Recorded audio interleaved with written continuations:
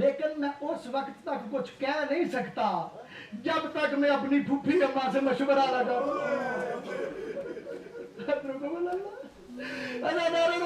میرا چوتھا امام چلتا ہوا آیا جناب زینب کے پاس۔ جناب زینب کے پاس آ کے کہتا ہے پھوپھی اماں یزید کہتا ہے میں رہا کرنا چاہتا ہوں۔ بی بی دیکھ کے کہتی ہے اچھا رہا کرنا چاہتا ہے تو پھر اسے کیا ہے میں زینب کی کچھ شرطیں ہیں، اگر تو مانے تو میں تب رہا ہوں گی۔ دیکھ کے کہتے ہیں پھوپھی اماں یزید کہتا ہے میں شرطیں مانوں گا۔ جناب زینب دیکھ کے کہتی ہے بیٹا مجھے اتنا تو پتا شرطیں تو ہمیشہ فاتح جو ہوتے ہیں ان کی مانی جاتی ہے۔ اس کا مطلب یہ ہوا زینب شام کو فتح کر کے زینب شام کو فتح کر کے جا رہی ہے۔ بیٹا اسے کہا میرے 3 سوال ہیں۔ پھوپھی اماں کیا سوال ہے؟ جناب زینب دیکھ کے کہتی ہے میری پہلا سوال یہ ہے، میری پہلی حاجت یہ ہے کہ مجھے عزاداری کے لیے ایک گھر چاہیے۔ کربلا سے لے کے شام تک میں حسین کو جی بھر کے رو نہیں سکی، میں اکبر کو جی بھر کے رو نہیں سکی، میں اصغر و قاسم کو جی بھر کے رو نہیں سکی۔ کہتا ہے میں گھر دوں گا۔ کہا دوسری یہ ہے، بس آخری جملہ دوسری یہ ہے کہ مجھے ایک ایسا بندہ چاہیے جو رستو سے واقف ہو، جو ہمیں شام سے مدینے لے جائے۔ کہتا میں بشیر ابن جزلم دیتا ہوں۔ عزاداروں رونے والوں ایک روایت میں یہ ہے کہ بشیر ابن جزلم کو مانگا بھی نے کہ ہمیں وہ چاہیے۔ جب پوچھا نا کہ بشیر کو مانگا کیوں ہے؟ کہا اس لیے کہ بشیر جب اپنے کاندھے پہ مشک ڈال کے دربار میں پانی کا چھڑکاؤ کرتا تھا، جب میرے پاس سے گزرتا تھا تو دیکھ کے کہتا علی کی بیٹی مر جاتی، کبھی شرابی